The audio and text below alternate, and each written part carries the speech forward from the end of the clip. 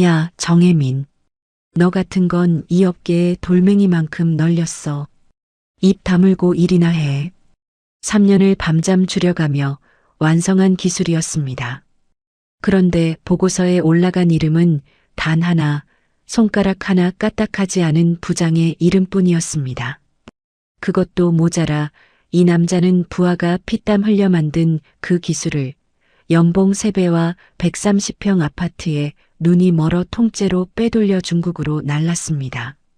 상하이에서 상무 명함을 내밀며 세상을 다 가졌다고 웃던 이 남자. 하지만 2년 뒤 그 웃음은 수갑소리로 바뀌게 됩니다. 사연 시작 전에 구독과 좋아요를 눌러주시고 어디에서 듣고 계신지 댓글 남겨주시면 그곳으로 건강과 행복이 가득하길 기원하겠습니다. 새벽 2시가 넘은 시각 단양그룹 중앙기술연구소 배터리 사업부 연구실에는 여전히 불이 꺼지지 않고 있었다. 복도의 다른 연구실은 진작에 어둠 속에 잠겨 있었고 건물 전체에서 유일하게 빛이 새어나오는 곳이 바로 이곳이었다. 정혜민 과장과 팀원 4명이 모니터 앞에 나란히 앉아 숨을 죽이고 있었는데 3년이라는 시간을 쏟아부은 차세대 전고체 배터리 핵심 제조 공정의 마지막 시험 생산이 바로 지금 진행되고 있었기 때문이다. 팀원 중 한 명은 이틀째 같은 옷을 입고 있었고 정혜민의 눈 밑에도 짙은 그늘이 내려앉아 있었지만 그의 시선만큼은 모니터에서 단 한순간도 떨어지지 않았다. 3년이라는 시간은 숫자로 말하면 간단하지만 그 안에는 수백 번의 실패와 수천 번의 재시도 그리고 셀 수 없이 많은 새벽이 들어 있었다. 전해질 소재의 배합 비율을 0.01% 단위로 조정하고 분리막의 두께를 나노미터 단위로 깎아내리며 공정 온도를 섭씨 0.5도 차이로 맞춰 하는 작업을 수천 번 반복한 끝에 겨우 여기까지 온 것이었다. 모니터 위의 진행바가 천천히 100%를 향해 나아가고 있었고 연구실 안에는 키보드 두드리는 소리조차 멈춘 채 장비에 윙 하는 소리만이 고요하게 울렸다. 팀원 중 막내인 박주영 연구원은 두 손을 깍지 껴서 무릎 위에 올린 채 입술을 달싹거리고 있었는데 긴장한 나머지 무의식적으로 기도를 하고 있는 것처럼 보였다. 그리고 마침내 테스트 결과가 모니터에 떠올랐다.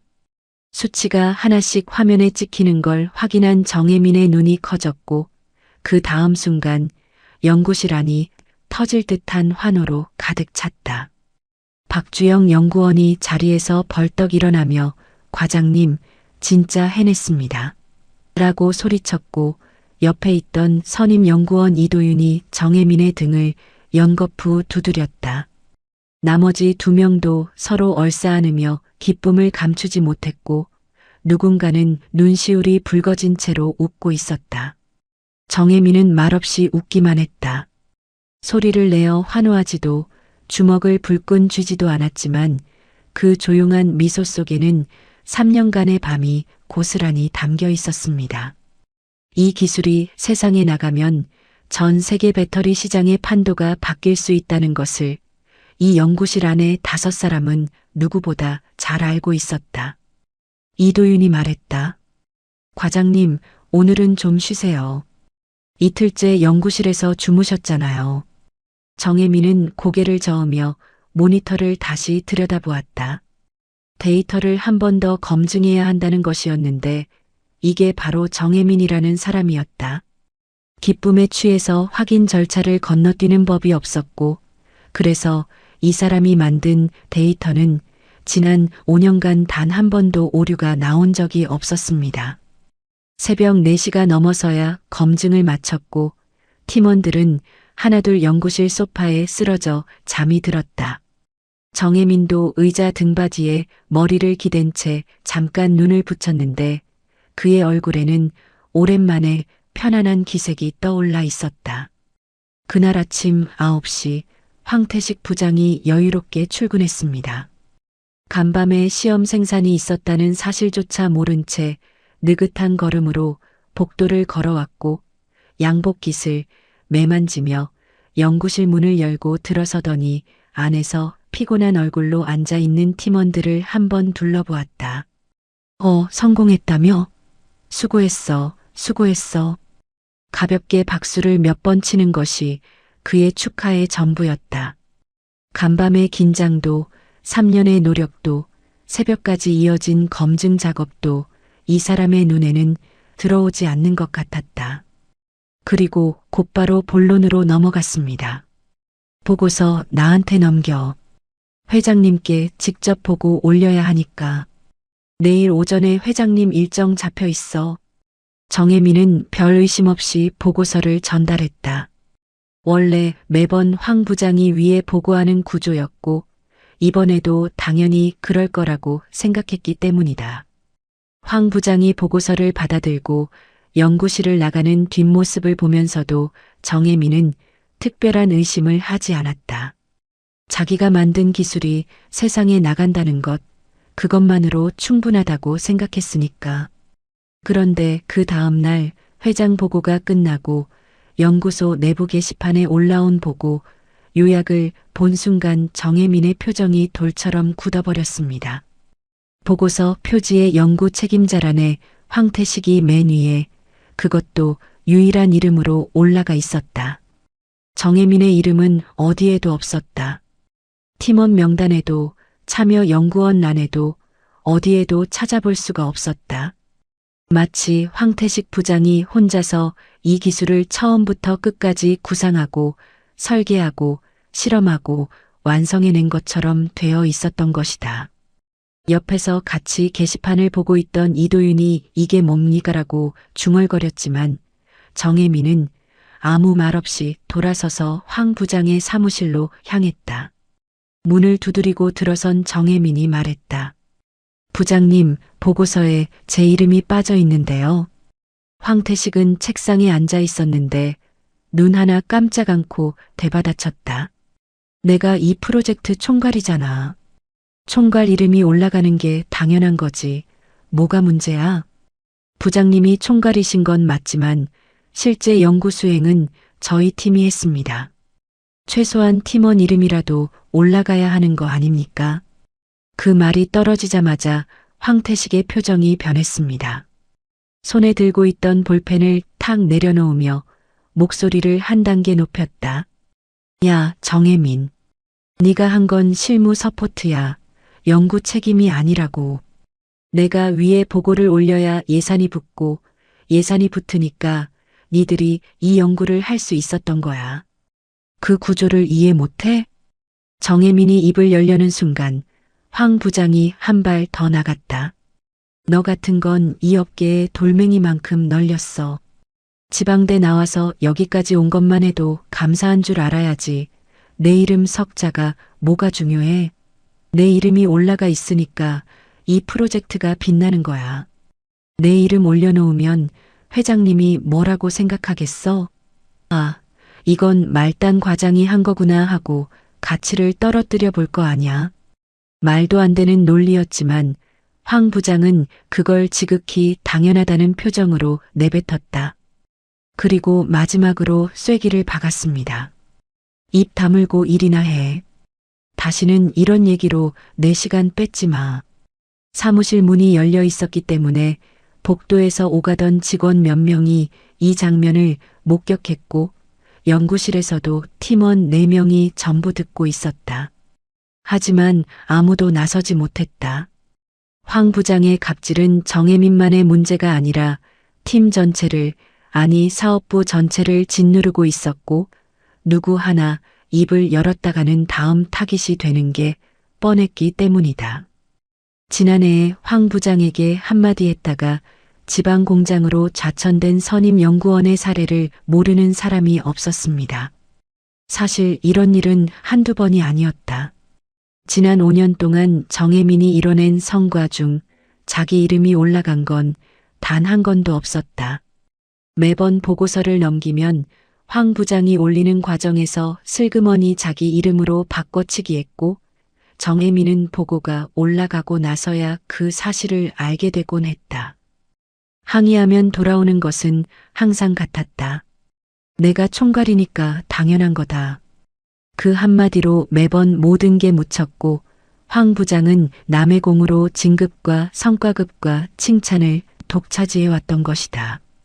연구소 안에서 전고체 배터리의 황태식이라는 별명까지 붙을 정도였는데 정작 그 기술의 원리를 설명하라고 하면 두 문장도 제대로 이어가지 못하는 사람이었습니다. 황태식은 가방을 챙기며 뒤도 돌아보지 않고 한마디를 남겼다. 아, 그리고 내일 새벽까지 기술 문서 영문판도 만들어놔. 회장님께 글로벌 파트너십 자료로 쓸 거야. 대충 하지 말고 제대로 해. 영어 못하면 밤새서라도 해. 그게 싫으면 사표 써. 어젯밤 새벽까지 시험 생산을 마치고 겨우 몇 시간 눈을 붙인 팀에게 내일 새벽까지 영문 기술 문서를 만들라는 소리였다. 하지만 황 부장에게 그런 건 고려 대상이 아니었다. 자기가 시키면 하는 게 당연한 것이고 못하겠으면 나가라는 것이 이 사람의 일관된 방식이었으니까. 문이 닫히고 연구실에 무거운 침묵이 내려앉았다. 시험 생산 성공의 기쁨은 온데간데 없이 사라져버렸고 남은 것은 분노와 허탈함뿐이었다. 박주영 연구원이 주먹을 꽉 쥔 채 중얼거렸습니다. 어젯밤에 코빼기도 안 비추더니 성과는 혼자 다 먹고 이제 영문 문서까지 새벽까지 만들라고요? 사람이 어떻게 저럴 수가 있습니까? 이도윤이 한숨을 내쉬며 말했다. 형, 진짜 이러다 우리 팀 다 나갑니다. 이번이 몇 번째예요? 정혜민은 모니터 앞에 다시 앉으며 짧게 대답했다. 언젠가는 바뀔 거야.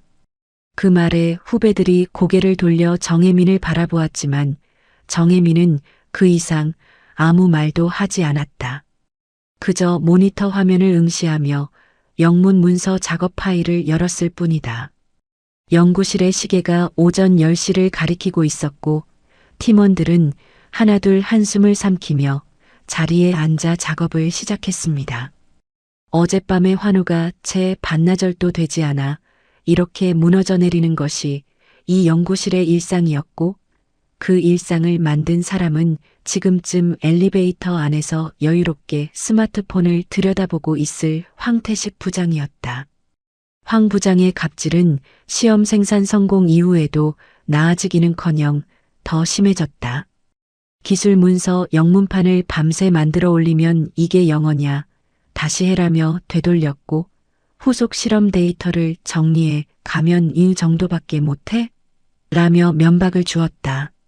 성과는 자기 이름으로 올라가면서 일은 점점 더 가혹하게 밀어붙이니 버틸 수 있는 사람이 없었다. 결국 배터리 사업부의 핵심 연구원 3명이 연이어 퇴사했습니다. 첫 번째로 나간 건 5년차 선임 연구원 최진호였다. 최 연구원은 퇴사 면담 자리에서 황 부장의 얼굴을 똑바로 바라보며 말했다. 부장님, 솔직히 말씀드리겠습니다. 부장님 밑에서는 못하겠습니다. 황태식은 콧방귀를 뀌며 되받아쳤다. 가고 싶으면 가. 너 대신할 놈 널렸어. 나가서 잘 되나 한번 보자고. 두 번째, 세 번째 퇴사자가 뒤를 이었지만 황 부장의 반응은 한결같았다. 별것 아닌 사람들이 제 주제를 모르고 나가는 거라며 대수롭지 않게 넘겼다. 하지만 속으로는 불안했습니다. 나가는 사람이 한두 명이면 모를까 석 달 사이에 3명이 빠지면 위에서 분명 주목하게 되어 있었고 자기한테 불똥이 튀는 건 시간 문제였기 때문이다. 실제로 인사팀이 배터리 사업부의 이상 이직률에 대한 보고서를 작성해 올렸고 이걸 본 윤석대 회장이 직접 움직였습니다. 차세대 배터리는 단양그룹이 사활을 걸고 있는 핵심 성장 사업이었다. 핵심 인력이 줄줄이 빠져나가는데 가만히 앉아있을 회장이 아니었다. 윤 회장은 인사팀을 통하지 않고 배터리 사업부 실무진 몇 명을 직접 회장실로 불러 면담을 진행했다. 격식 없이 편하게 이야기해달라는 윤 회장의 말에 처음에는 긴장하며 입을 열지 못하던 연구원들이 하나둘 속내를 꺼내기 시작했다. 그 자리에서 윤 회장은 정혜민 과장을 처음 만났다. 황 부장이 보고서에서 이름을 지워버린 바로 그 사람이었다. 정혜민은 다른 연구원들처럼 황 부장의 갑질을 하소연하지는 않았다. 대신 차세대 전고체 배터리의 기술 현황과 향후 개발 방향에 대해 조목조목 설명했는데 그 내용의 깊이와 정밀함이 황 부장이 올린 보고서와는 차원이 달랐습니다. 윤 회장은 듣는 내내 고개를 끄덕이다가 면담이 끝난 뒤 비서에게 한마디만 남겼다. 정혜민 과장 인사 기록 좀 가져와 봐. 이 사업부의 기술 핵심이 황태식이 아니라 정혜민이라는 것을 윤 회장은 그 자리에서 단번에 알아챈 것이었습니다. 그리고 정혜민이라는 이름을 기억해 두었다. 한편 입지가 좁아질 것을 직감한 황태식에게 한 통의 연락이 왔다. 중국 선전에 본사를 둔 신생 배터리 업체 룽화에너지의 한국인 브로커 김도영이었습니다. 김도영은 과거 배터리 업계에서 일했으나 실력 부족으로 밀려난 뒤 중국 기업과 한국 기술자를 연결하는 브로커로 전향한 인물이었다. 서울 강남의 한 고급 일식집룸. 김도영이 자리를 잡고 앉아 있었고 황태식이 맞은편에 앉았다. 김도영이 단도직입적으로 운을 뗐다. 황 부장님, 제가 이런저런 말씀 안 드리고 바로 본론만 말씀드리겠습니다. 룽화에너지리 회장님께서 부장님의 연구 역량을 높이 사고 계십니다. 황태식의 눈빛이 미세하게 움직였지만 겉으로는 태연한 척 젓가락을 들었다. 조건이 어떻게 됩니까? 김도영이 미소를 지으며 서류 봉투를 꺼내 테이블 위에 올렸다. 현재 연봉의 3배, 상하이 푸둥 신구 최고급 아파트 130평 무상 제공, 자녀분 국제학교 학비 전액 지원, 그리고 상무직함입니다. 황태식의 젓가락이 잠깐 멈췄다. 연봉 3배면 4억이 넘는 돈이었다. 거기에 상하이 고급 아파트와 자녀 학비까지 해결되면 실질적으로는 지금의 5배, 6배를 버는 셈이었다. 젓가락을 쥔 손이 미세하게 떨리고 있었지만 황태식은 애써 태연한 표정을 유지했습니다. 제가 뭘 가져가면 됩니까? 김도영이 목소리를 낮추며 대답했다. 부장님이 개발하신 차세대 전고체 배터리 공정기술 일체입니다. 설계도면, 소스코드, 시험 데이터 전부요. 황태식은 속으로 비웃었다. 내가 개발한 기술이라. 물론 하나도 자기가 개발한 게 아니었다. 전부 정혜민과 팀원들이 피를 말려가며 완성한 것이다. 하지만 그런 건 중요하지 않았습니다. 돈이 중요했다. 보고서에 자기 이름이 올라가 있으니 자기 기술이고 그걸 팔아서 돈을 받는 건 자기 권리라는 게 이 사람의 논리였다. 나쁘지 않은 조건이네요. 근데 보장은 어떻게 됩니까?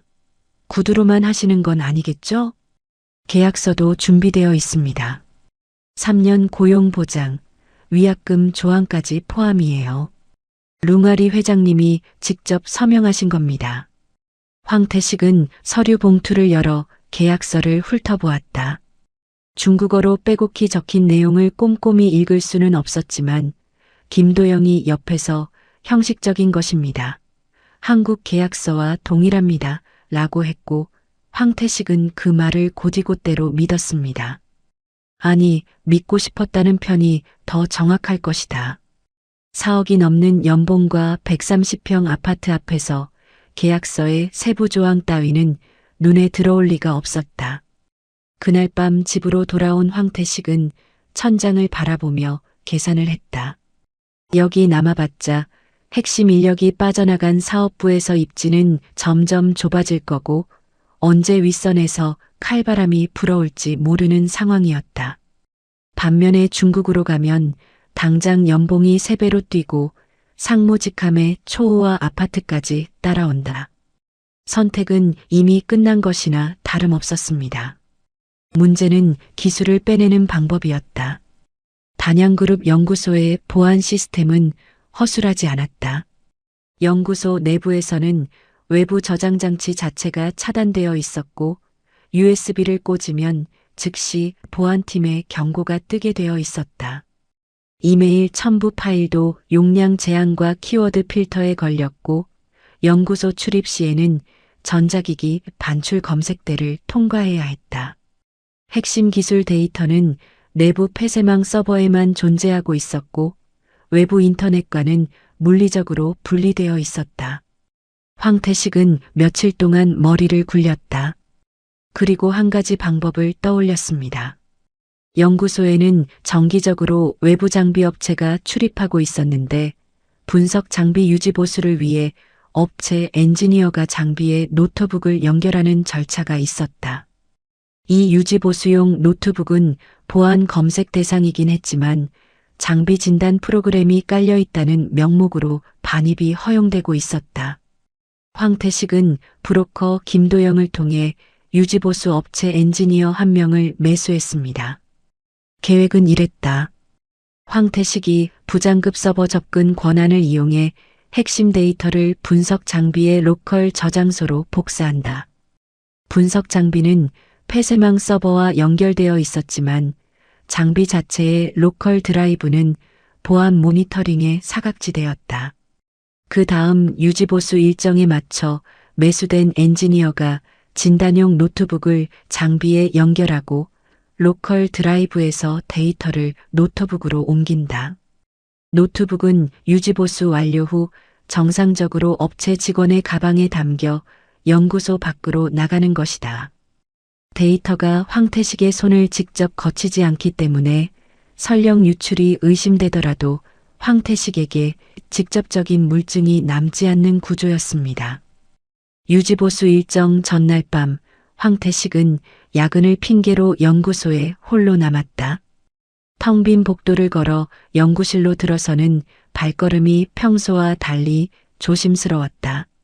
부장급 권한으로 서버에 접속해 핵심 공정 데이터를 분석 장비 로컬 드라이브로 옮기기 시작했는데 전송 진행률이 올라가는 동안 복도에서 인기척이 들릴 때마다 심장이 멎는 것 같았습니다. 손에 땀이 차서 마우스가 미끄러졌고 야간 경비원의 발소리가 복도 끝에서 들려올 때는 숨을 멈추고 모니터를 꺼버리기까지 했다. 전송이 완료된 뒤 황태식은 자기 PC의 서버 접속 로그를 삭제했습니다. 하지만 분석 장비 쪽 로컬 드라이브의 접근 로그까지는 신경 쓰지 못했다. 기술자가 아닌 사람의 한계가 바로 여기서 드러난 것이었는데 이 사소한 빈틈이 나중에 어떤 결과를 불러올지 이 순간에 황태식은 전혀 알지 못했습니다. 다음 날 오전 매수된 엔지니어가 예정된 유지보수를 위해 연구소에 들어왔다. 보안 검색대에서 노트북을 검사받고 정상 통과. 장비실에 들어가 진단 작업을 시작했고 그 사이에 로컬 드라이브의 데이터를 노트북으로 옮겼다. 황태식은 먼 발치에서 복도 창문 너머로 장비실을 지켜보며 속으로 조마조마했습니다. 30분쯤 지나 엔지니어가 노트북을 가방에 넣고 유유히 장비실을 나섰고 보안 검색대를 통과해 연구소 밖으로 나가는 것을 확인한 뒤에야 황태식은 비로소 숨을 내쉬었다. 데이터가 안전하게 외부로 나온 것을 확인한 황태식은 그 다음 날 아침 인사팀에 사직서를 접수했습니다. 황태식의 사직서가 인사팀에 접수되자 연구소가 술렁이기 시작했다. 부장급이 갑자기 사표를 던지는 것도 이례적인 일이었는데 하필 차세대 배터리 기술 보고가 끝난 직후라 타이밍이 좋지 않았습니다. 보안팀이 긴급 소집되었고 보안팀장이 직접 황태식을 불러 면담을 요청했다. 부장님, 퇴사 전에 기술 자료 반출 여부에 대해 확인 절차를 진행해야 합니다. 협조 부탁드립니다. 황태식은 콧방귀를 뀌며 팔짱을 꼈다. 뭘 확인해? 내가 뭘 빼돌렸다는 거야? 증거가 있으면 가져와 봐. 보안팀장의 표정이 굳었지만 실제로 아무리 뒤져봐도 황태식의 PC에서 외부 저장장치 접속 기록은 나오지 않았다. 이메일 반출 이력도 없었고 출입 검색대에서 걸린 것도 없었습니다. 데이터는 분석 장비 로컬 드라이브를 거쳐 외부 업체 엔지니어의 노트북으로 빠져나갔기 때문에 황태식의 손에서 직접 나간 흔적 자체가 존재하지 않았던 것이다. 보안팀장이 마지막으로 한 번 더 물었다. 부장님, 정황상 의심이 되는 부분이 있습니다. 최근 야근 기록이 평소와 다르게 황태식이 말을 잘랐습니다. 정황? 정황이 증거야? 야근한 게 죄냐고. 능력이 없어서 연봉 3배 제한도 못 받고 여기 처박혀 있는 사람들이 나가는 사람이 배 아프니까 이러는 거 아니야? 확실한 증거 없으면 이런 식으로 사람 잡지 마. 보안팀장은 이를 악물었지만 물증이 없는 이상 더 붙잡을 수가 없었습니다. 황태식은 의자에서 일어서며 양복 소매를 탁탁 털었다. 마치 먼지라도 묻은 것처럼 이 자리 자체가 자기에게는 어울리지 않는다는 듯이 보안팀장실을 나온 황태식이 복도를 걸어가는데 연구실 앞에 정혜민이 서 있었다. 두 사람의 시선이 마주쳤습니다. 정혜민이 나직이 한마디 던졌다. 부장님, 그 기술은 부장님 것이 아닙니다. 황태식이 걸음을 멈추고 돌아보았다. 입꼬리가 비뚤어지며 씩 웃었다. 야, 정혜민. 네가 뭘 안다고 그래. 보고서에 내 이름이 올라가 있어? 특허에 내 이름이 있어? 아무 데도 없지? 서류상 내 이름이 적혀 있으면 그게 내 거야. 네가 백날 연구실에서 밤을 새봐. 위에 보고된 이름이 전부라고. 세상은 그렇게 돌아가는 거야. 정혜민은 아무 말도 하지 않았습니다. 그저 황태식의 얼굴을 조용히 바라볼 뿐이었는데 그 시선에 담긴 것이 분노인지 연민인지 아니면 전혀 다른 무엇인지 황태식은 읽어내지 못했다. 아니, 읽으려 하지도 않았다. 이미 눈이 뒤집힌 사람에게 고요한 시선 따위는 아무런 의미가 없었으니까. 황태식은 코웃음을 치며 돌아서서 걸어갔고 정혜민은 그 뒷모습을 복도 끝까지 지켜보았다. 마지막으로 윤석대 회장실을 찾았습니다. 퇴사 인사라는 명목이었는데 황태식은 의외로 태연했다. 회장실 소파에 앉아 다리까지 꼬며 여유로운 자세를 취했다. 회장님, 그동안 감사했습니다. 저는 좀 더 좋은 대우를 해주는 곳에서 제 능력을 펼쳐보려고 합니다. 어디까지나 자본주의 아닙니까? 자기 몸값을 높이 쳐주는 곳으로 가는 게 당연한 거 아니겠습니까? 윤석대 회장은 아무 말 없이 황태식을 바라보았습니다. 상당히 오랜 침묵이었다. 황태식의 등을 스치는 싸늘한 기운이 있었지만 이미 눈앞에 4억짜리 연봉과 130평 아파트가 아른거리는 사람에게는 아무런 의미가 없었다. 윤 회장이 끝내 한마디만 던졌다. 가는 건 자유야. 근데 태식아, 세상에 공짜는 없어. 황태식은 그 말을 가볍게 흘렸다. 감사합니다, 회장님. 건강하십시오. 가볍게 고개를 숙이고 회장실을 나섰는데 문이 닫히는 순간 윤 회장의 눈빛이 달라졌다는 것을 황태식은 보지 못했습니다. 윤 회장은 황태식이 나간 뒤 한동안 닫힌 문을 바라보다가 비서에게 물었다. 보안팀 점검 결과 나왔어? 네, 회장님. 황 부장 PC와 이메일에서는 이상 소견이 발견되지 않았다고 합니다. 윤 회장은 고개를 끄덕였지만 표정은 풀리지 않았다. 뭔가 찜찜한 구석이 있었지만 물증이 없으니 잡을 수가 없었던 것이다. 창밖을 바라보며 나직이 중얼거렸습니다. 배신은 자유야. 대신 대가도 자유롭게 받아야지. 인천공항 출국장. 황태식은 비즈니스 퍼스트 클래스 탑승권을 손에 쥐고 출국 게이트를 향해 걸어갔다. 룽화에너지 측에서 보내준 항공권이었습니다. 출국장을 지나며 아내에게 전화를 걸었다. 여보, 나 지금 출국한다. 상하이 아파트 정리되면 당신이랑 애들도 바로 넘어와. 여기서 새 인생 시작하는 거야. 전화를 끊고 탑승 게이트 앞 의자에 앉아 활주로를 바라보며 중얼거렸다. 거기서 쥐꼬리 월급 받으며 야근이나 하고 있어라. 비행기가 이륙했고 인천공항의 불빛이 점점 작아져 갔다. 황태식은 퍼스트 클래스 좌석에 몸을 깊이 파묻으며 샴페인 한 잔을 들었습니다. 52년 인생에서 가장 기분 좋은 순간이라고 생각했다.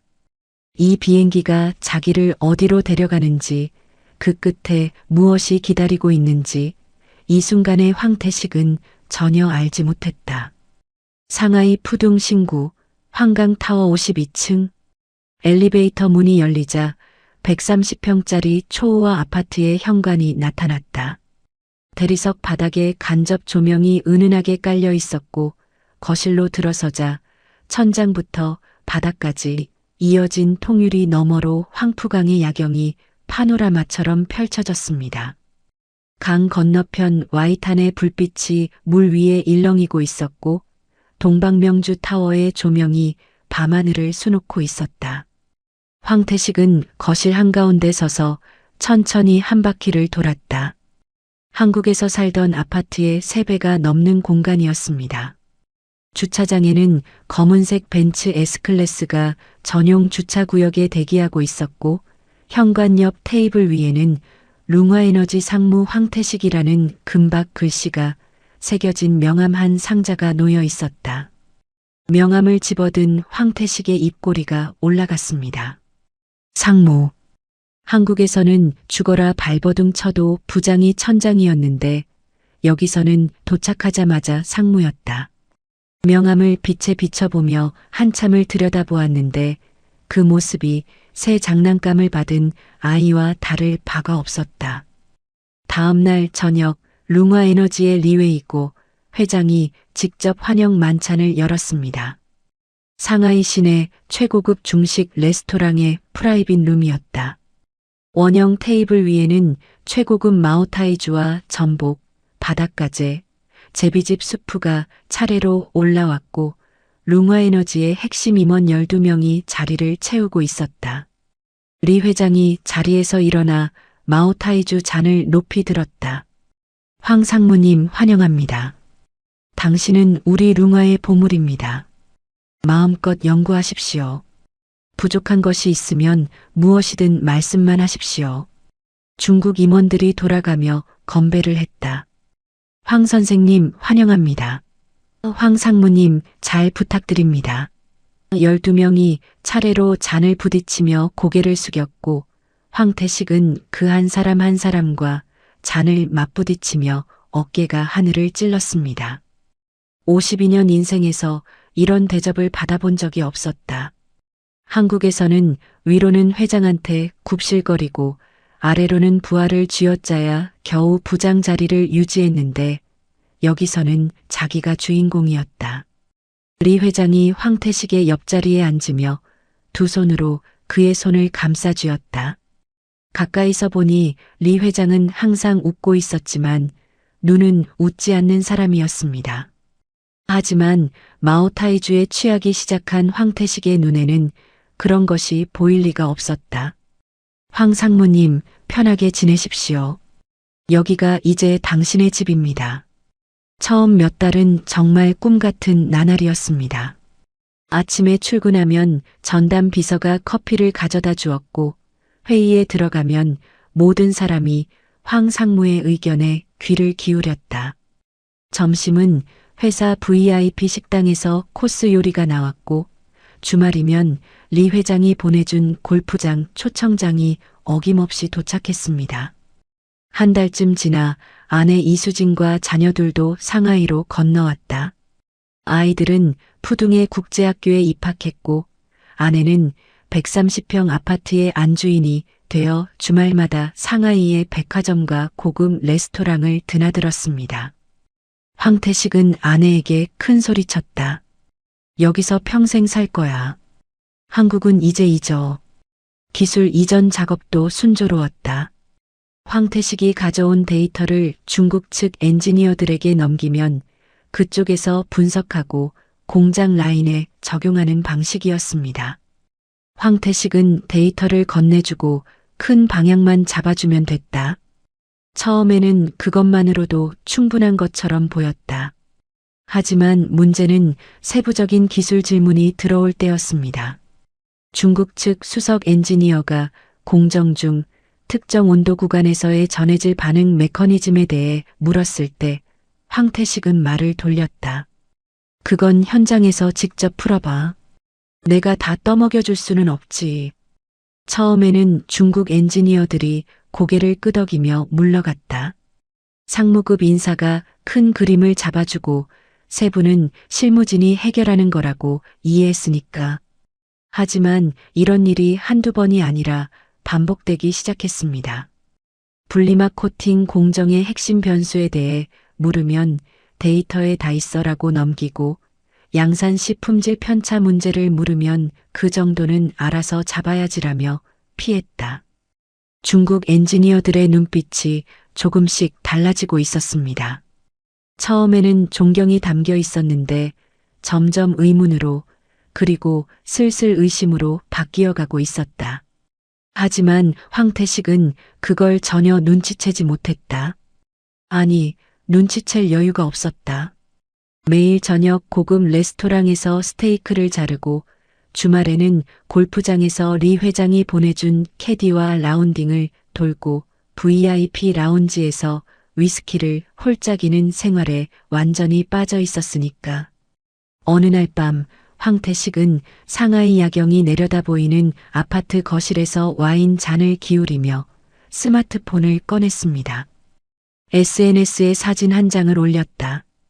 황푸강 야경을 배경으로 한 셀카와 함께 글을 적었다. 상하이에서 상무 달고 사니까 세상이 달라 보인다. 거기서 쥐꼬리 월급 받으며 야근하는 여러분, 화이팅. 전 직장 동료 한 명이 댓글을 달았다. 부장님 진짜 잘 되셨네요. 비꼬는 투였지만 황태식은 알아채지 못하고 답글을 달았습니다. 실력이 있으면 너도 와봐. 그 외에 댓글은 거의 달리지 않았다. 그 글을 본 사람들 중에 정혜민도 있었다. 정혜민은 아무 반응 없이 화면을 껐습니다. 그리고 연구실로 돌아가 2세대 전고체 배터리 공정 개발 작업을 계속했다. 황태식이 상하이 야경을 배경으로 셀카를 찍고 있을 그 시간, 정혜민은 새벽 연구실의 형광등 아래에서 묵묵히 키보드를 두드리고 있었던 것이다. 두 사람의 거리는 비행기로 2시간 남짓이었지만 그 사이에 놓인 것은 거리가 아니라 진짜 실력과 가짜 허세의 차이였습니다. 그리고 그 차이가 어떤 결과를 만들어낼지 상하이의 화려한 불빛 속에 파묻힌 황태식은 아직 상상조차 하지 못하고 있었다. 이직 후 1년 반이 지났다. 황태식이 가져간 전고체 배터리 기술이 룽화에너지의 중국 공장 라인에 완전히 이식되었고 양산 테스트까지 성공적으로 마무리되었습니다. 룽화에너지는 그 기술을 앞세워 유럽과 동남아 시장에 저가 공세를 퍼부으며 무서운 속도로 성장하기 시작했다. 리웨이꼬 회장은 블룸버그 인터뷰에서 우리 룽화의 독자 기술력으로 개발한 차세대 배터리라며 자랑을 늘어놓았는데 그 어디에도 황태식의 이름은 언급되지 않았습니다. 양산에 성공한 바로 그 다음 날부터 분위기가 달라지기 시작했다. 처음에는 사소한 것들이었다. 아침에 출근하니 비서가 커피를 가져오지 않았다. 전날까지만 해도 출근 시간에 맞춰 책상 위에 놓여있던 아메리카노가 사라진 것이다. 황태식이 비서를 불렀지만 비서실에서는 다른 업무가 있어서요라는 말만 돌아왔습니다. 다음 날에는 주간 임원회의 일정 공유 메일에서 황태식의 이름이 빠져 있었다. 비서실에 확인하니 발송 오류입니다라고 했지만 그 다음 주에도 빠져 있었다. 점심시간에 VIP 식당에 가니 안내 직원이 황 고문님은 일반 구내식당을 이용해 주십시오라고 안내했습니다. 황태식은 귀를 의심했다. 고문? 나는 상무인데? 그리고 어느 날 아침 출근해 보니 사무실이 바뀌어 있었다. 52층 코너 오피스의 문에 붙어 있던 상무 황태식 문패가 사라지고 지하 2층 구석방에 연구고문 황태식이라는 새 문패가 붙어 있었습니다. 아무런 사전 통보도 없이 이삿짐 정리를 도와주는 사람도 아무도 없었다. 황태식이 혼자 박스를 들고 엘리베이터를 탔는데 같이 탄 중국 직원 2명이 고개도 돌리지 않고 자기들끼리 중국어로 수군거렸습니다. 황태식이 인사팀에 따지러 갔다. 중국인 담당자가 서류 한 장을 내밀며 담담하게 말했다. 리 회장님 지시로 조직 개편이 있었습니다. 황 고문님은 기술 자문 역할로 전환되셨습니다. 나한테 한마디 상의도 없이? 나는 상무야, 상무. 담당자는 눈도 마주치지 않고 상부 결정입니다라는 말만 되풀이했습니다. 그로부터 며칠 후 리 회장이 마침내 황태식을 불렀다. 몇 달 만에 마주한 리 회장의 태도는 환영 만찬 때와는 완전히 딴 사람이었습니다. 안부도 없이 단도직입적으로 들어갔다. 황 고문, 솔직히 말하겠소. 당신이 가져온 기술은 이제 우리 것이 됐소. 그런데 우리에게 필요한 건 다음 단계요. 차세대 기술의 차세대. 그게 있소? 황태식의 등에 식은땀이 흘렀습니다. 그가 가져온 기술은 정혜민과 연구원들이 만든 것이지 자기가 개발한 게 아니었다. 하지만 이 자리에서 그 사실을 말할 수는 없었다. 시간을 좀 주십시오. 연구라는 게 하루아침에 되는 게 아닙니다. 리 회장이 고개를 끄덕이며 말했다. 한 달 드리겠소. 그 한 달은 황태식 인생에서 가장 길고 고통스러운 한 달이었습니다. 뭔가를 만들어내야 했다. 하지만 혼자 힘으로는 아무것도 할 수가 없었다. 지금까지 남의 성과를 가로채기만 했지 스스로 연구를 설계하고 데이터를 분석하고 결과를 도출해 본 적이 없었기 때문이다. 밤새 책상 앞에 앉아보기도 했지만 백지 위에 올라가는 것은 아무것도 없었습니다. 한 달 뒤 황태식이 리 회장에게 보고서를 제출했다. 리 회장이 첫 페이지만 펼쳐보더니 덮어버렸습니다. 이건 우리 엔지니어들도 쓸 수 있는 수준이요. 그리고 리 회장의 입에서 결정적인 한마디가 나왔다. 당신 기술자가 아니었군. 황태식의 얼굴이 하얗게 질렸습니다. 변명을 하려고 입을 열었지만 리 회장은 이미 자리에서 일어나 회의실을 나가버렸다. 황태식은 텅 빈 회의실에 혼자 남아 한참을 움직이지 못했다. 그날부터 황태식은 완전한 투명 인간이 되었습니다. 회의에 불려가지 않았고 사내 메일에서도 빠졌다. 구내식당에서 혼자 밥을 먹었고 복도에서 마주치는 직원들은 눈을 피했다.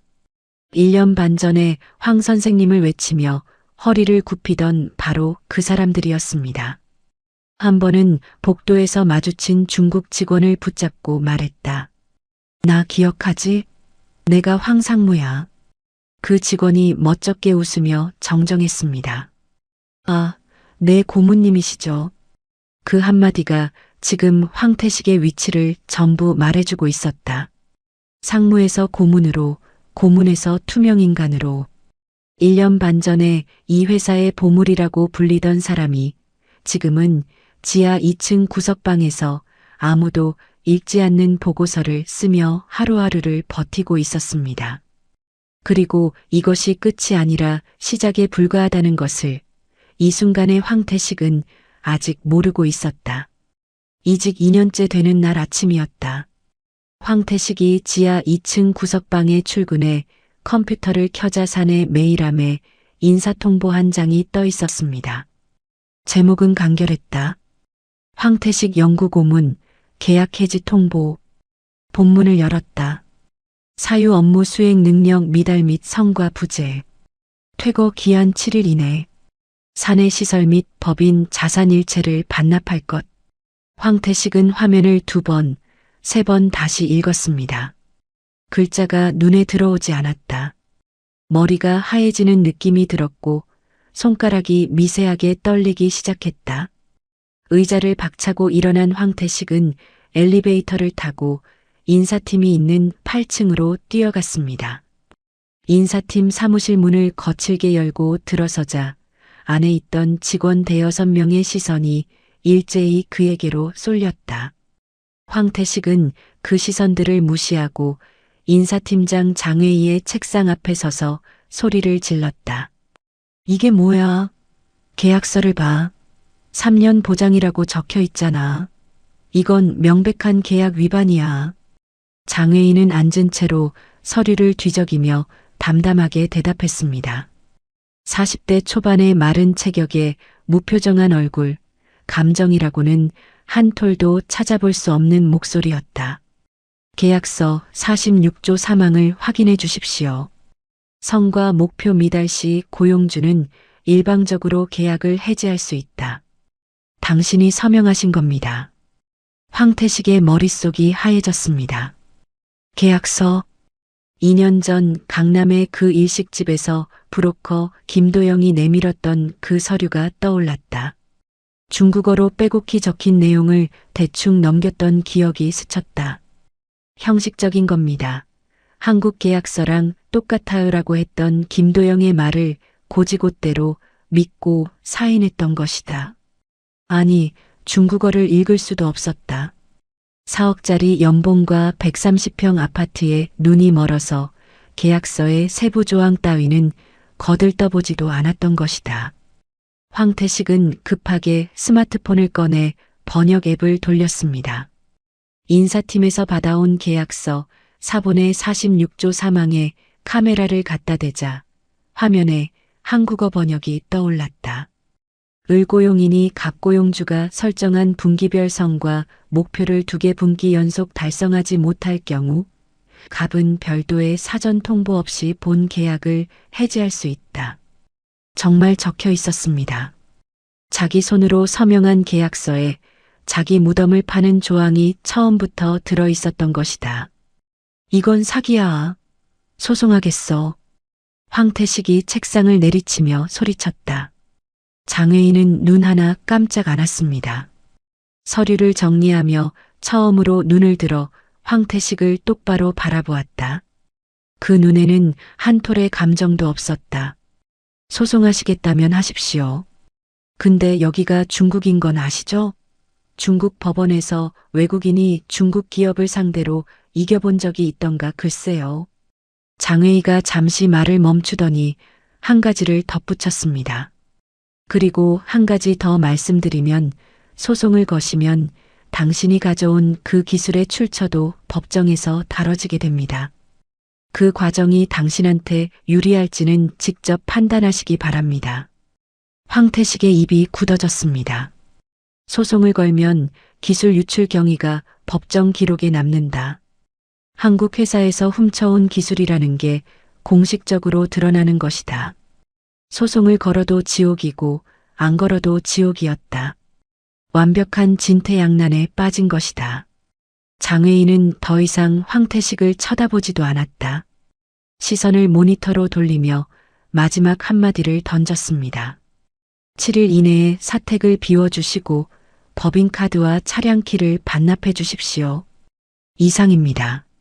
황태식은 인사팀 문 앞에 한참을 서 있었다. 등 뒤로 인사팀 직원들이 수군거리는 소리가 들렸지만 무슨 말인지 알아들을 수 없었다. 다리에 힘이 풀려서 복도 벽에 등을 기댔습니다. 2년 전 이 회사 정문을 처음 들어섰을 때 리 회장이 직접 마중을 나왔었다. 두 손으로 악수를 하며 당신은 우리의 보물입니다라고 했었다. 그 사람이 지금은 전화도 안 받는다. 그날부터 7일은 황태식의 인생에서 가장 참혹한 일주일이었습니다. 첫째 날, 법인카드가 정지되었다. 점심을 먹으려고 회사 근처 식당에서 카드를 내밀었는데 결제가 거부되었습니다라는 단말기 소리가 울렸다. 뒤에 줄을 선 사람들의 시선이 느껴졌고 황태식은 주머니에서 현금을 꺼내야 했습니다. 둘째 날 출근하려고 주차장에 내려가니 벤츠 S클래스가 있던 자리가 비어 있었다. 관리실에 전화하니 어젯밤에 회사 측에서 차량을 회수해 갔습니다라는 답변이 돌아왔습니다. 황태식은 택시를 타고 회사로 가야 했다. 셋째 날 아내 이수진에게서 전화가 왔다. 목소리가 떨리고 있었습니다. 여보, 국제학교에서 연락 왔어. 다음 달 등록금이 미납 처리됐다고. 안 내면 애들 퇴학이래. 뭐? 학비는 회사에서 내주기로 했잖아.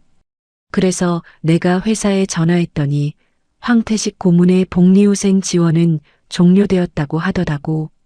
여보, 도대체 무슨 일이야? 왜 상무가 아니라 고문이야? 황태식은 대답할 수가 없었다. 아내에게 뭐라고 설명해야 할지 모르겠었습니다. 상무에서 고문으로 좌천된 것도 지금 해고 통보를 받은 것도 차마 입에 담기 어려운 현실이었다. 잠깐 문제가 생긴 거야. 곧 해결할게. 잠깐이라고? 여보, 작년부터 상무에서 고문으로 밀려났다. 뭐다 이상한 소리가 계속 들려오는데 잠깐이 아닌 것 같은데?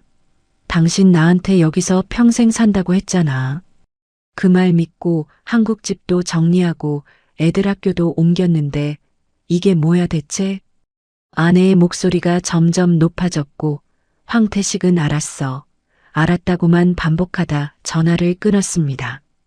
끊고 나서 한참을 소파에 앉아 멍하니 천장을 바라보았다. 넷째 날 아파트 관리사무소에서 사람이 찾아왔다. 예정된 퇴거 기한은 7일인데 리 회장의 지시로 빨리 비워달라는 것이었습니다. 아직 3일이나 남았잖아. 리 회장님 지시입니다. 가능하면 내일까지 정리해 주시면 감사하겠습니다. 황태식이 퇴거 기한이 7일이라고 통보해 놓고 왜 벌써 오는 거야? 라고 소리치자 관리소 직원은 어깨를 으쓱하며 돌아갔다. 하지만 다음 날 아침 아파트 현관 앞에 이삿짐 업체 직원 3명이 빈 박스를 들고 서 있었습니다. 누가 보낸 거야? 회사에서 보내셨다고 들었습니다. 짐 싸시는 거 도와드리라고요. 도와주는 게 아니었다. 내보내는 것이었습니다. 황태식은 치가 떨렸지만 이 나라에서 자기에게는 아무런 힘이 없다는 것을 깨닫고 있었다. 다섯째 날 황태식은 마지막 자존심을 버리고 예전에 자기를 황 선생님이라 부르며 따르던 중국인 부하 직원에게 전화를 걸었습니다. 나야, 황 상무야. 지금 상황이 좀 어렵게 됐는데 좀 도와줄 수 있겠나? 전화기 너머로 잠깐 침묵이 흘렀다. 그리고 돌아온 대답은 이것이었습니다. 죄송합니다. 잘못 거셨나 봅니다. 뚜뚜뚜. 전화가 끊어졌다. 황태식은 전화기를 내려다보며 한참을 움직이지 못했다. 1년 반 전에 환영 만찬에서 자기에게 건배를 하며 잘 부탁드립니다라고 고개를 숙이던 그 사람이었습니다. 그때는 황태식이 필요했으니까 고개를 숙인 것이고 지금은 필요 없으니까 전화번호조차 모르는 척하는 것이었다. 이게 여기서의 자기 가치였구나 라는 생각이 머릿속을 스쳤다. 여섯째 날 황태식은 마지막으로 리웨이고 회장에게 전화를 걸었습니다. 신호음이 길게 울렸다. 1번, 2번, 3번. 받지 않았다.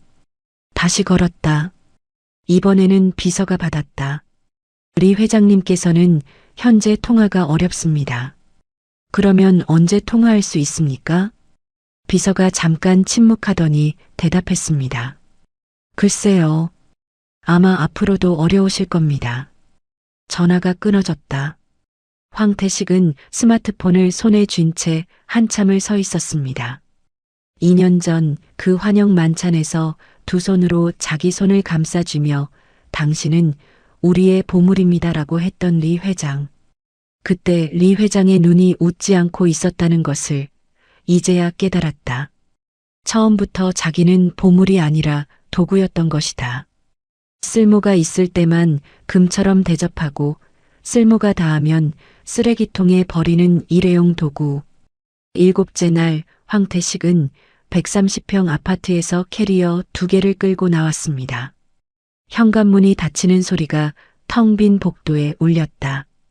불과 2년 전 이 문을 처음 열었을 때의 감격이 떠올랐다. 통유리 너머로 펼쳐지던 황푸강 야경, 대리석 바닥에 깔리던 간접 조명, 거실 한가운데 서서 이게 내 집이다라며 천천히 돌았던 그 순간, 그 모든 것이 한순간에 사라져버렸다. 아니, 처음부터 자기 것이었던 적이 없었다는 것을 이제야 알게 된 것이다. 엘리베이터를 타고 1층으로 내려오는 동안 황태식은 거울에 비친 자기 얼굴을 보았습니다. 2년 전과는 완전히 다른 얼굴이었다.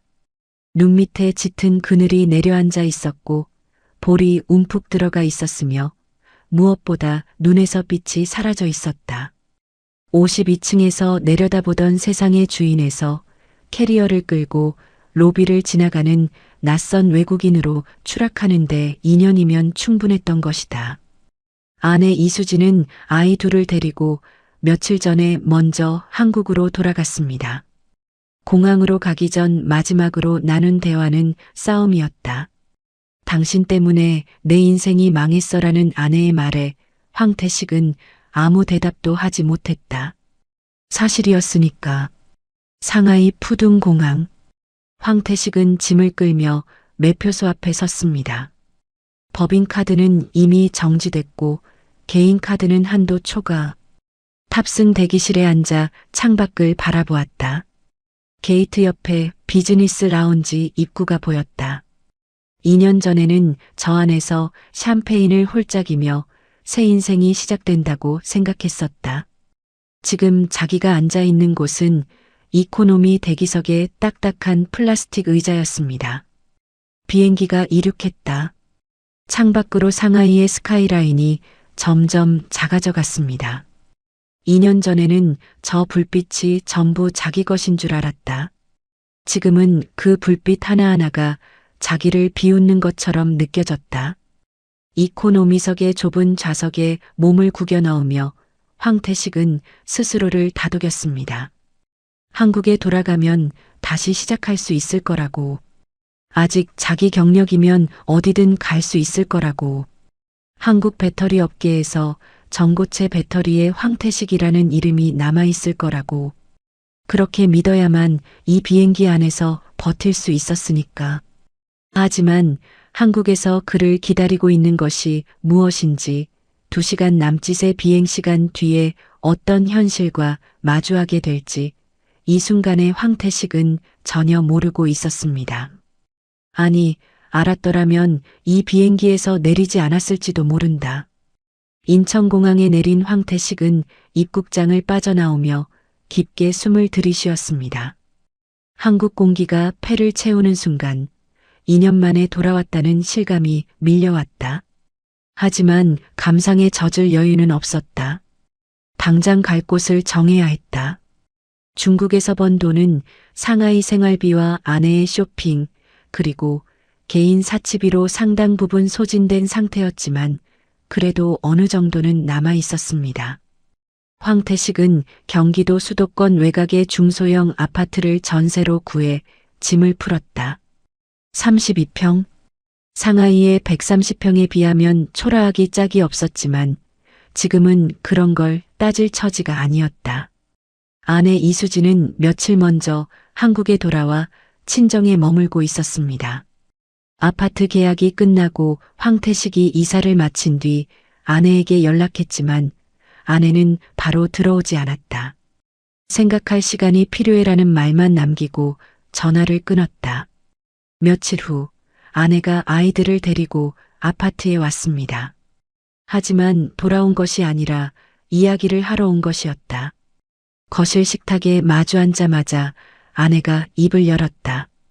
여보, 솔직히 말해. 지금 상황이 어떤 거야? 정확히.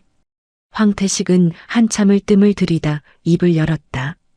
중국 회사에서 잘렸다는 것, 상무에서 고문으로 밀려났다가 결국 계약 해지를 당한 것, 지금 남은 돈이 얼마 되지 않는다는 것.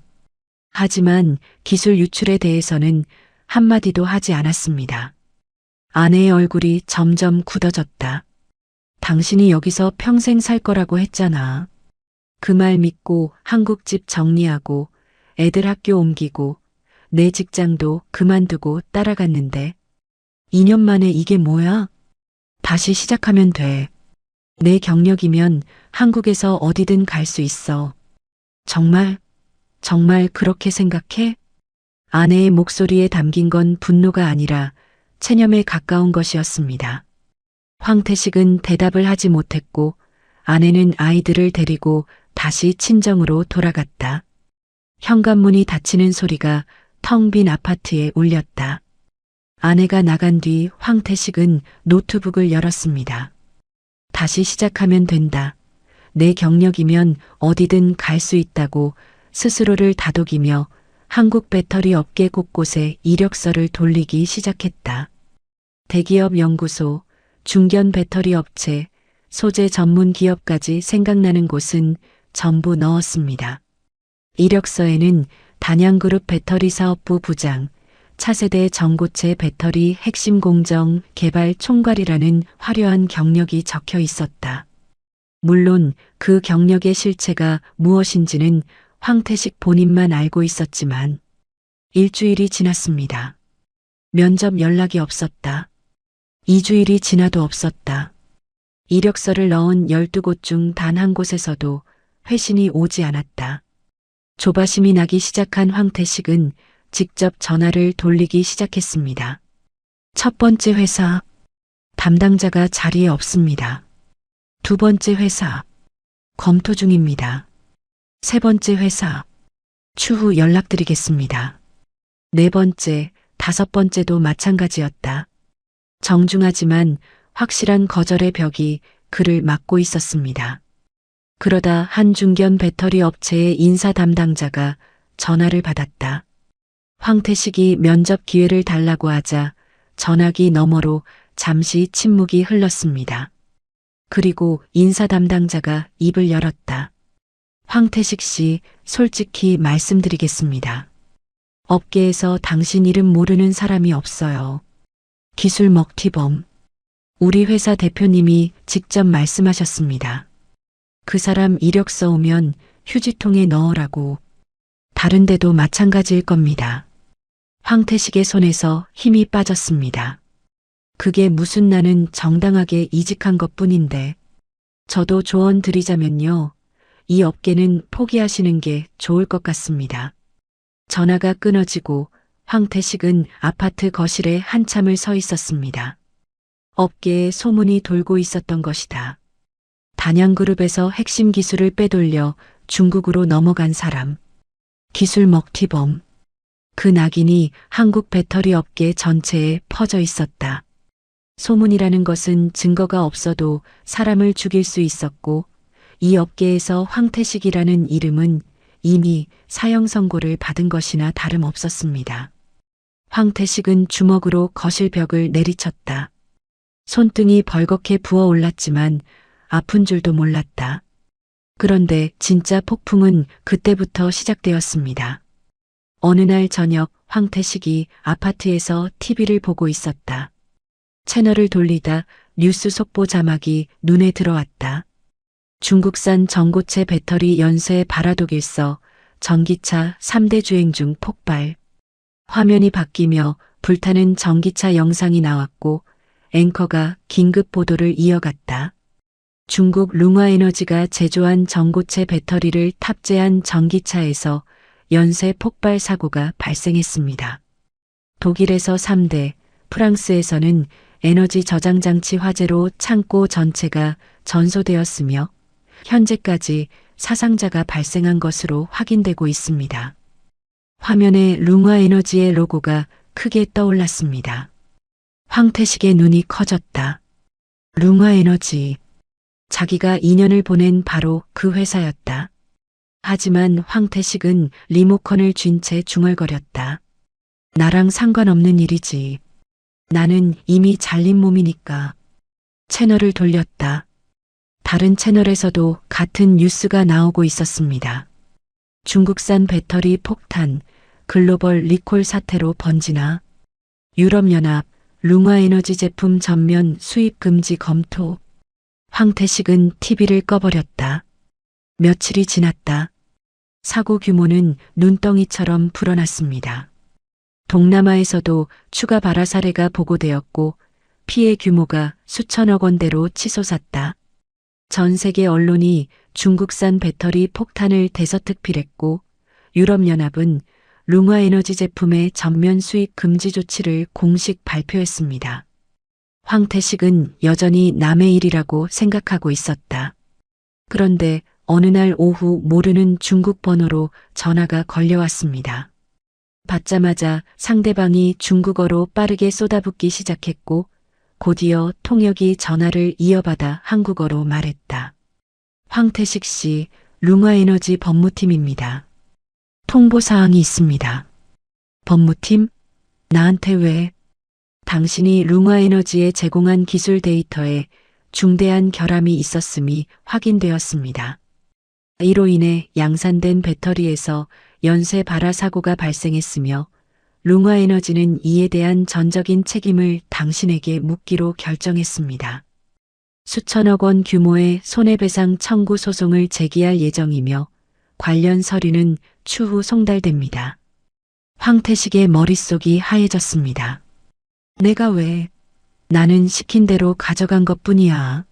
기술에 결함이 있었으면 그건 원래 그 기술을 만든 쪽 문제지 내 문제가 아니라고.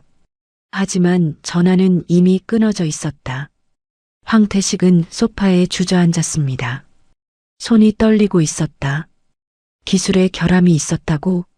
자기가 가져간 건 단양그룹 연구소에서 시험 생산까지 성공한 기술 아니었나? 왜 폭발이 일어나는 거지? 머릿속이 혼란스러웠다. 그리고 그 순간 문득 떠오르는 것들이 있었습니다.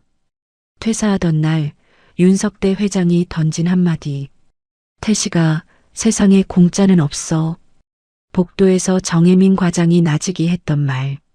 부장님, 그 기술은 부장님 것이 아닙니다. 그리고 야근을 핑계로 홀로 남아 분석 장비에 데이터를 옮기던 그 밤. 그때 서버에서 복사한 데이터가 정말 완성본이 맞았을까? 자기는 기술자가 아니니까 완성본과 미완성본의 차이를 구분할 능력이 애초에 없었다. 만약 자기가 가져간 게 처음부터 완성본이 아니었다면 설마 그때 이미 퍼즐이 맞춰지기 시작했지만 깨달아봤자 이미 늦었습니다. 같은 시각 단양그룹 중앙기술연구소 정혜민 과장은 연구실에서 2세대 전고체 배터리 공정 작업을 하고 있었습니다. 업계 기술 매체에 실린 룽화에너지의 배터리 인증 보고서를 우연히 보게 된 것은 며칠 전이었다. 유럽 시장 진출을 위해 제출한 인증 자료에 공정 스펙 일부가 공개되어 있었는데 정혜민은 그 데이터 패턴을 보는 순간 알아챘습니다. 이건 자기가 2년 전에 작업하던 미완성 버전이었다. 전해질 배합 비율, 분리막 코팅 두께, 공정 온도 곡선. 전부 2세대로 넘어가기 전에 작업하던 1세대 후기 버전의 특성과 정확히 일치했습니다. 정혜민은 의자에 등을 기대며 천장을 바라보았다. 황 부장이 이걸 가져간 거구나. 내가 별도 서버에 완성본을 옮겨두고 기존 서버에 남겨뒀던 미완성 데이터를 그대로 복사해 간 것이다. 그리고 연구자로서 바로 다음 생각이 들었습니다. 이 버전은 문제가 있다. 고온 다습한 환경에서 반복 충방전이 이루어지면 전해질 분리막에 미세 균열이 누적된다. 단기 시험에서는 절대 발견되지 않지만 양산 후 6개월에서 1년이 지나면 열폭주로 이어질 수 있는 치명적 결함이 있었다. 내가 바로 이 문제를 해결하지 못해서 2세대 공정으로 넘어간 건데 이걸 그대로 양산했으면 정혜민은 윤석대 회장에게 즉시 보고했습니다. 회장님, 룽화에너지가 양산한 배터리의 기술 스펙을 확인했습니다. 황 부장이 가져간 건 완성본이 아니라 제가 작업하던 미완성 버전입니다. 이 버전은 양산 후 일정 기간이 지나면 전해질 분리막에 치명적 열화가 발생합니다. 윤 회장이 물었다. 그래서 지금 유럽에서 터지고 있는 그 사고가 네, 그 미완성 버전의 결함 때문일 가능성이 높습니다. 잠시 침묵이 흘렀습니다. 윤 회장이 입을 열었다. 우리가 할 수 있는 건 있나? 솔직히 없습니다. 룽화에너지에 알려줘봤자 도둑질한 기술인데 받아들이지도 않을 거고 우리가 나서서 기술 출처를 밝히면 오히려 우리 기술이 유출되었다는 사실만 확인시켜주는 꼴이 됩니다. 윤 회장이 고개를 끄덕였다. 그러면 우리는 우리 할 일을 하자.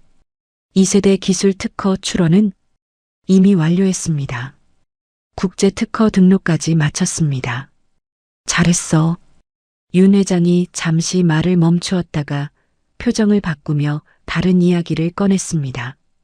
그리고 혜민 씨, 사실 이 자리에서 하나 더 얘기할 게 있어. 황태식 건 검찰 수사가 진행 중인 거 알고 있지? 정혜민이 고개를 끄덕였다. 네, 보안팀장에게 들었습니다. 윤 회장이 설명을 이어갔다. 황태식이 퇴사한 직후 보안팀이 정례 퇴사자 보안 점검을 진행하는 과정에서 분석 장비 로컬 드라이브에 접근 로그에서 이상을 발견했다는 것이었습니다.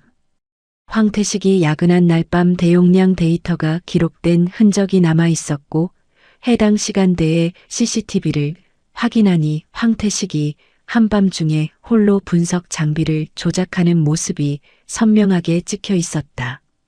보안팀은 즉시 윤 회장에게 보고했고 단양그룹은 곧바로 검찰에 국가 핵심 기술 유출 혐의로 고발장을 접수했습니다. 검찰에서 수사에 착수해서 CCTV, 분석 장비 로그, 서버 접근 기록을 확보했고 기술을 빼내는데 관여한 유지보수 업체 엔지니어도 검거해서 자백을 받아낸 상태야. 브로커 김도영도 얼마 전에 잡혔어. 정혜민은 조용히 듣고 있었습니다. 다만 황태식 본인은 중국에 체류 중이어서 체포가 안 됐었어. 한중 형사사법 공조를 통해 중국 측에 협조를 요청했지만 사실상 묵살당했지. 룽화에너지가 중국 정부 지원을 받는 기업이니까. 윤 회장이 정혜민을 바라보며 말했습니다. 근데 이제 그 양반이 한국에 돌아왔어. 정혜민의 눈빛이 미세하게 움직였다. 윤 회장이 자리에서 일어서며 말했습니다. 검찰에 연락해. 황태식이 귀국했다고. 체포영장은 이미 발부되어 있으니까 이제 집행만 하면 돼. 한편 아파트 거실에 주저앉아 있는 황태식은 지금 자기에게 남은 것이 무엇인지 하나씩 세어보고 있었습니다. 중국에서 수천억 원짜리 소송이 날아오고 있었다. 한국 업계에서는 기술 먹튀범으로 낙인이 찍혀 받아주는 곳이 없었다. 통장 잔액은 빠르게 줄어들고 있었고 아내는 친정에서 돌아올 기미가 없었다. 사면 초과라는 말이 이런 상황을 두고 하는 말이구나 싶었다. 하지만 진짜 마지막 한 방이 남아있다는 것을 이 순간의 황태식은 아직 모르고 있었습니다. 새벽 6시 아파트 현관문을 두드리는 소리에 황태식이 눈을 떴습니다. 거실 소파에서 잠이 든 모양이었다. 며칠째 침대에서 제대로 잠을 자지 못하고 있었다. 몸을 일으키며 비틀거리는 걸음으로 현관에 다가가 인터폰 화면을 확인했는데 화면에 검은 점퍼를 입은 사내 4명이 서 있었습니다. 문을 열자 맨 앞에 선 사내가 신분증과 영장을 내밀었다. 황태식 씨, 국가 핵심 기술 유출 혐의 및 부정경쟁방지법 위반 혐의로 체포합니다. 검찰 영장입니다. 황태식은 잠옷바람으로 서서 영장을 멍하니 내려다보았습니다. 글자가 눈에 들어오지 않았다. 수사관이 수갑을 꺼내들자 그제야 현실이 밀려왔다. 잠깐만요. 내가 뭘? 나는 그냥 이직한 것뿐이에요. 기술을 유출했다는 증거가 어딨어요? 수사관이 태블릿을 꺼내 화면을 보여주었습니다. 첫 번째 화면에는 황태식이 한밤중에 홀로 연구실에 앉아 분석 장비를 조작하는 CCTV 영상이 선명하게 찍혀 있었다. 날짜와 시간이 화면 하단에 찍혀 있었는데 황태식이 야근을 핑계로 홀로 남았던 바로 그 밤이었습니다. 두 번째 화면, 분석 장비 로컬 드라이브의 접근 로그. 그 밤에 대용량 데이터가 기록된 흔적이 남아 있었고 파일 용량과 시간대가 핵심 공정기술 데이터의 크기와 정확히 일치했습니다. 세 번째 화면, 매수된 유지보수 업체 엔지니어의 자백 진술서. 황태식 부장의 지시로 분석 장비 로컬 드라이브의 데이터를 진단용 노트북에 복사하여 외부로 반출했다는 내용이 빼곡히 적혀 있었습니다. 네 번째 화면, 브로커 김도영의 진술조서. 김도영은 이미 검거되어 황태식과 룽화에너지를 연결한 경위, 유지보수 엔지니어를 매수한 과정, 중국 측으로부터 받은 수수료 내역까지 전부 진술한 상태였습니다. 다섯 번째 화면, 황태식 명의의 중국 은행 계좌로 입금된 선수금 내역. 룽화에너지 측에서 이직 전에 먼저 지급한 계약금이었다. 수사관이 태블릿을 닫으며 담담하게 말했습니다. 2년간 확보한 물증입니다. 이 정도면 충분하리라 봅니다. 황태식의 얼굴이 하얗게 질렸습니다. 다리에서 힘이 빠져 현관벽에 등을 기댔다. 수갑이 채워지는 순간 옆집 현관문이 살짝 열리더니 이웃 주민이 고개를 내밀어 내다보았습니다. 황태식은 반사적으로 고개를 숙였다. 잠옷바람에 수갑을 찬 채 복도를 걸어 엘리베이터를 타는 동안 같은 층에서 출근 준비를 하던 주민 하나가 문 앞에 서서 그 모습을 지켜보고 있었습니다. 아파트 앞에 검은 승합차가 대기하고 있었다. 수사관이 황태식의 머리를 손으로 감싸며 뒷좌석에 태웠고 차문이 닫혔습니다. 창문 너머로 자기가 살던 아파트 건물이 점점 작아져 갔다. 불과 몇 시간 전까지 거실 소파에서 뒤척이며 다시 시작하면 된다고 되뇌고 있었는데 지금은 수갑을 차고 검찰청으로 향하고 있었습니다. 검찰청 정문 앞에 도착하자 호송차가 멈췄다. 문이 열리는 순간 밖에서 카메라 플래시가 터졌습니다. 기자 열댓 명이 몰려 있었다. 누군가가 소리쳤다. 황태식 씨, 기술 유출 혐의 인정하십니까? 중국에 넘긴 기술이 어떤 건지 직접 말씀해 주십시오. 배터리 폭발 사고에 대해 책임을 느끼십니까? 황태식은 고개를 돌리며 카메라를 피하려 했지만 사방이 기자였습니다. 플래시가 쉴 새 없이 터졌고 수사관 2명이 양쪽 팔을 잡고 빠른 걸음으로 청사 안으로 데려갔다. 청사 내부 복도를 걸어가는 동안 황태식의 머릿속은 하얗게 비어 있었습니다. 자기가 지금 어디에 있는지, 무슨 일이 벌어지고 있는지, 현실이라는 것이 믿기지 않았다. 형광등 불빛이 눈을 찔렀고 구두 소리가 복도에 울렸고 양쪽에서 팔을 잡고 있는 수사관들의 손 힘이 느껴졌지만 전부 남의 일 같았다. 그때 복도 저쪽 끝에서 두 사람이 걸어오는 것이 보였습니다. 처음에는 누군지 몰랐다. 형광등 불빛 아래서 실루엣만 보였다. 하지만 점점 가까워지면서 얼굴이 드러났고 그 순간 황태식의 다리에서 힘이 빠졌습니다. 정혜민, 그리고 윤석대 회장. 정혜민은 더 이상 연구실 구석에서 묵묵히 야근하던 그 과장이 아니었습니다. 윤 회장 옆에 나란히 서 있는 정혜민의 위치가 달라져 있었다. 두 사람이 가까이 다가왔을 때 윤 회장이 옆에 선 정혜민을 돌아보며 정 부장, 잠깐만이라고 말했습니다. 그 호칭이 황태식의 귀에 꽂혔다. 부장? 과장에서 부장으로 특진. 너 같은 건 돌멩이만큼 널렸어라고 짓밟았던 그 사람이 황태식이 앉아서 갑질을 일삼던 바로 그 부장 자리에 올라서 있었던 것이다. 황태식이 비틀거렸고 양옆의 수사관이 팔을 잡아 세웠습니다.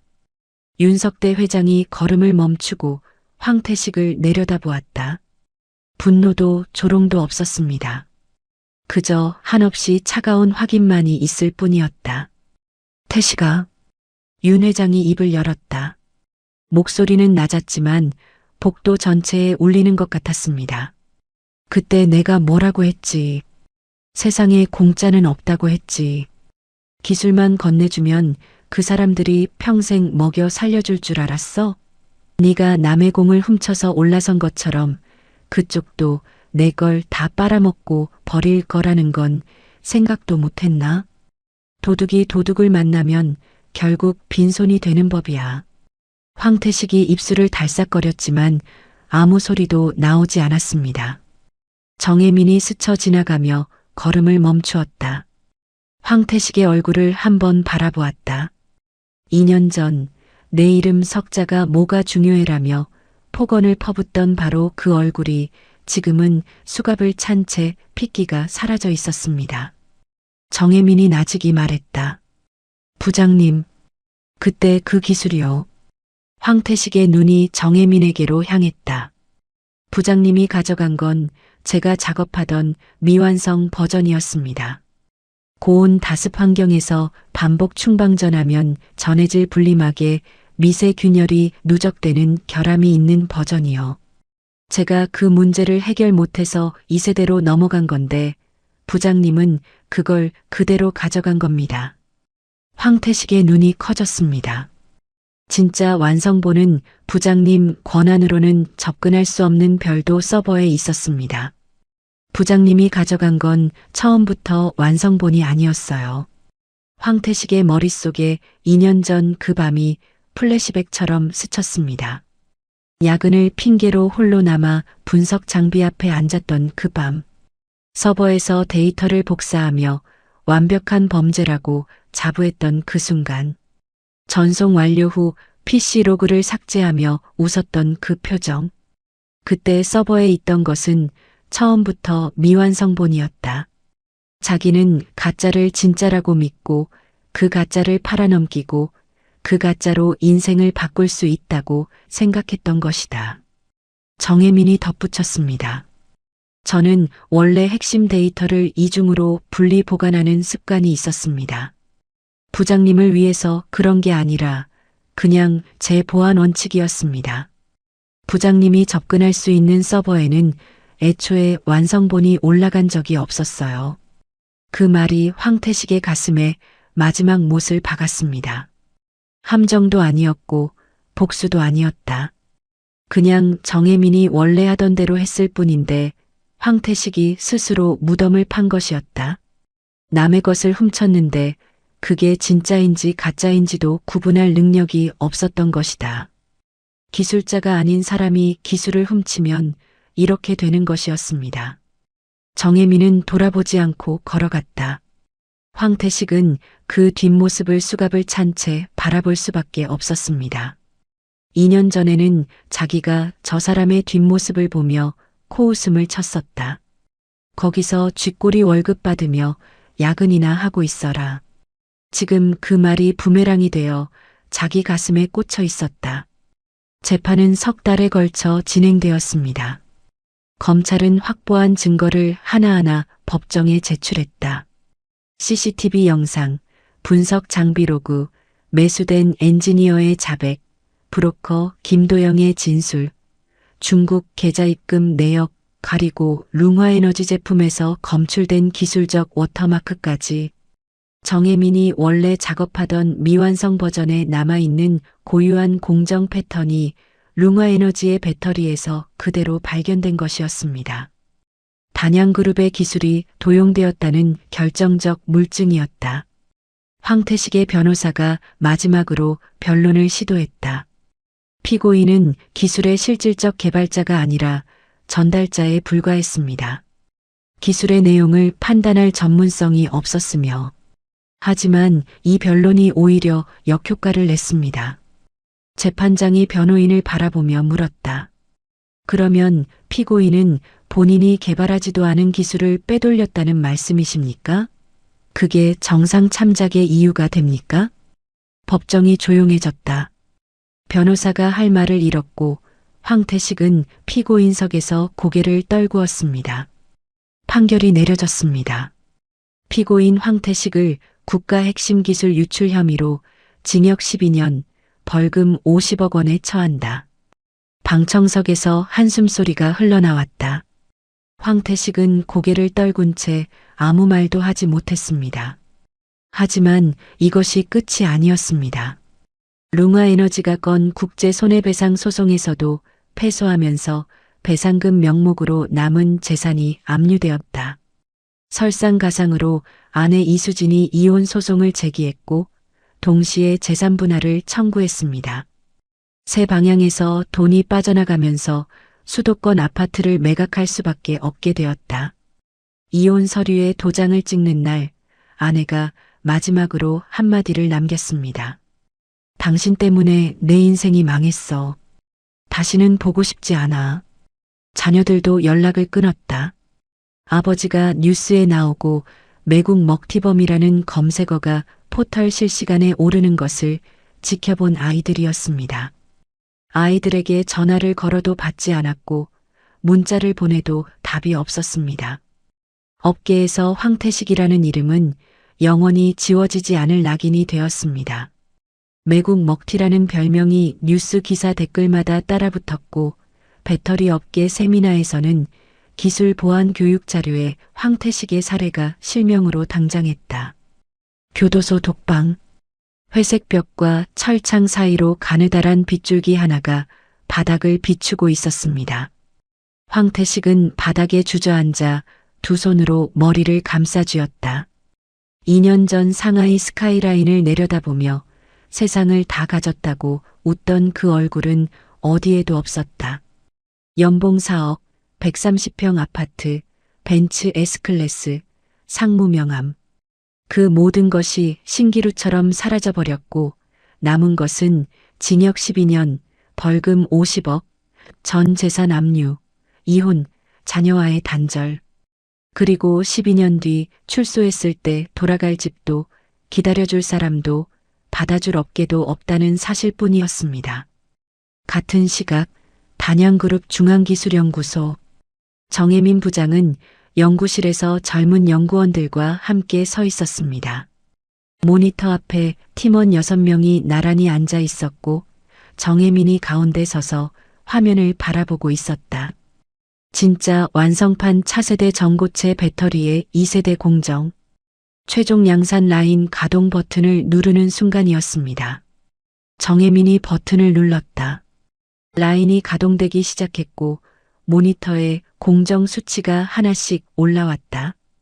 연구원들의 환호가 터져 나왔습니다. 누군가가 부장님 해냈습니다. 라고 소리쳤고 또 누군가는 눈시울이 붉어진 채로 박수를 치고 있었다. 정혜민은 조용히 미소 지었습니다. 몇 년 전 새벽 2시 같은 연구실에서 1세대 시험 생산에 성공했을 때의 그 미소와 똑같은 미소였다. 달라진 것은 그때는 과장이었고 지금은 부장이라는 것, 그리고 이번에는 자기 이름이 보고서에 올라가 있다는 것이었습니다. 윤석대 회장이 연구실에 들어섰다. 팀원들이 일제히 자리에서 일어나 인사했고 윤 회장은 손을 저으며 편하게 하라고 했다. 정혜민에게 다가가 어깨를 두드렸습니다. 정 부장, 수고했어. 이 기술은 내 이름으로 올려. 정혜민이 고개를 숙였다. 감사합니다, 회장님. 그리고 정혜민은 돌아서서 연구실의 젊은 연구원들을 바라보았습니다. 예전에 자기처럼 밤낮 없이 연구에 매달리는 후배들이었다. 몇 년 전 황 부장 밑에서 이름 한 줄 올리지 못하고 야근만 하던 시절의 자기 모습이 겹쳐 보였다. 정혜민이 말했습니다. 이번 성과 보고서 참여한 연구원 전원 이름 올려. 한 명도 빠뜨리지 마. 연구원들의 눈이 동그래졌습니다. 정혜민은 담담하게 덧붙였다. 만든 사람 이름이 올라가는 게 당연한 거야. 연구실이 잠시 조용해졌습니다. 그리고 이도윤이 먼저 고개를 숙이며 감사합니다. 부장님이라고 말했고 나머지 팀원들도 하나둘 고개를 숙였다. 박주영 연구원은 눈시울을 붉히며 돌아서서 몰래 눈물을 닦았습니다. 창밖으로 석양이 연구소를 물들이고 있었습니다. 남의 것을 훔쳐서 올라선 사람은 결국 아무것도 남지 않았고 묵묵히 자기 자리에서 실력을 갈고 닦은 사람은 마침내 자기 이름으로 세상의 인정을 받았다. 그리고 그 사람은 자기가 받지 못했던 것을 후배들에게는 당연하게 돌려주고 있었습니다. 능력은 없으면서 남의 공을 가로채고 그것도 모자라 회사의 핵심 기술까지 빼돌려 돈에 팔아넘긴 사람의 결말은 이렇게 비참했습니다. 황태식은 처음부터 끝까지 자기 것이 하나도 없었습니다. 기술도 남의 것이었고 성과도 남의 것이었고 중국에서의 화려한 생활도 전부 빌려 쓴 것에 불과했습니다. 빌린 것은 반드시 돌려줘야 하는 법인데 그 대가가 징역 12년과 모든 것의 상실이었던 겁니다. 반면 정혜민은 아무도 알아주지 않는 자리에서 묵묵히 자기 실력을 갈고 닦았고 끝내 자기 이름으로 세상에 인정받았습니다. 그리고 자기가 당했던 일을 후배들에게는 되풀이하지 않았습니다. 만든 사람의 이름이 올라가는 게 당연한 거라고. 어쩌면 그 한마디가 이 이야기에서 가장 통쾌한 사이다였을지도 모르겠습니다. 이야기를 끝까지 들어주신 분이 계시다면 잘 들었다고 댓글 하나만 남겨주세요. 구독과 좋아요 부탁드립니다. 감사합니다.